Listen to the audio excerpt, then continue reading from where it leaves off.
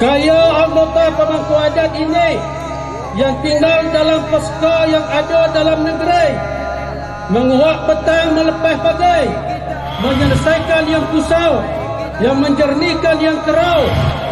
Kalau mengganti sama ringan, menimbang sama berat, mengukur sama panjang, membagi sama banyak, membelah sama ujung.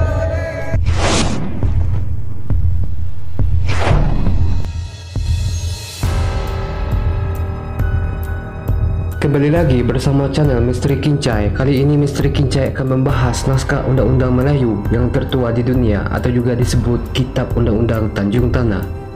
Sebelum kita lanjut, jangan lupa subscribe channel Misteri Kincai terlebih dahulu. Desa Tanjung Tanah adalah sebuah desa tua yang terletak di pinggiran Danau Kerinci, sekarang termasuk dalam wilayah Kecamatan Danau Kerinci. Pada masa pemerintahan Hindia Belanda pada tahun 1904, desa Tanjung Tanah dimasukkan ke dalam wilayah administratif Kemendepauan Sleman. Desa Tanjung Tanah tempo dulunya adalah bumi undang-undang selunjur alam Kerinci, karena di desa inilah ditaruhkan atau ditempatkannya dua naskah undang-undang untuk bumi selunjur alam Kerinci.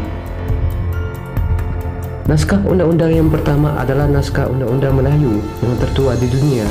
Naskah ini dikeluarkan pada zaman Kerajaan Melayu yang beribu kota di Dharmasraya pada abad ke-14 Masehi. Naskah ini bertulisan aksara pasca Pallawa atau Melayu kuno yang ditulis di Waseban di bumi Palembang oleh seorang dipati yang berasal dari bumi Kerinci yang bernama Kuja Ali Dipati. Menurut pakar sejarah bahwa yang dimaksud dengan Waseba adalah balai pertemuan para penguasa atau pembesar beserta dengan bawahannya. Sedangkan arti dari Palembang adalah bumi yang banyak mengandung emas. Naskah Undang-Undang Tanjung Tanah merupakan aturan hukum seperti Kitab Undang-Undang Pidana atau KUHP zaman sekarang.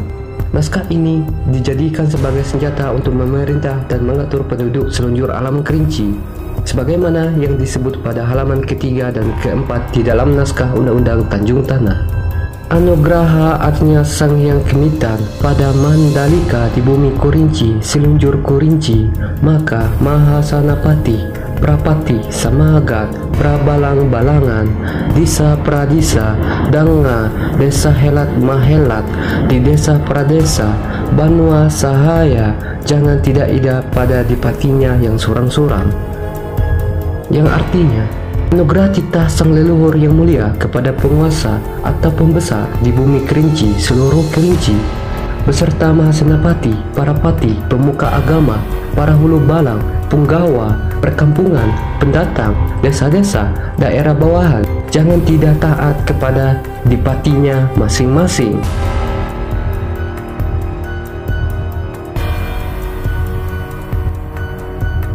Berdasarkan bukti yang tertera di dalam Kitab Undang-Undang Tanjung Tanah bahwa pada abad ke-14 Masehi dipati dari bumi Kerinci yang berkelahiran di Tanjung Tanah bernama Kuja Ali.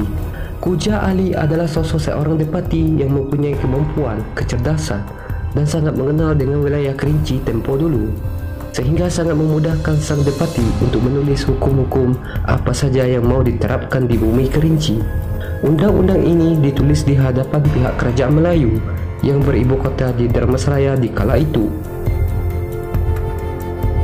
Naskah yang kedua juga merupakan kitab undang-undang untuk mengatur penduduk selunjur alam Kerinci yang disimpan di desa Tanjung Tanah. Naskah undang-undang ini dikeluarkan pada zaman Kerajaan Kesultanan Jambi pada abad ke-16 Masehi yang ditulis menggunakan aksara Arab Melayu atau aksara Jawi. Naskah ini ditulis di Tanah Sanggarang Agung oleh dipati yang berasal dari Tanjung Tanah yang bernama Depati Mangkubumi Mengetak Alam. Naskah ini ditulis di hadapan Raja Temenggung, bawahan dari Kesultanan Jambi. Dengan adanya dua naskah yaitu Tambo Kerinci 214 dan Tambo Kerinci 215 yang disimpan oleh Dipati Talam Tuo, ini membuktikan bahwa manuskrip atau naskah ini tidak secara kebetulan disimpan, dirawat, dan menjadi pusaka Dipati Talam Tuo. Akan tetapi, ini benar-benar fakta dan kenyataan bahwa Tanjung Tanah tempo dulu adalah bumi undang-undang selunjur alam Kerinci. Terima kasih telah menyaksikan video dari Misteri Kincai. Semoga bermanfaat dan tunggu video berikutnya.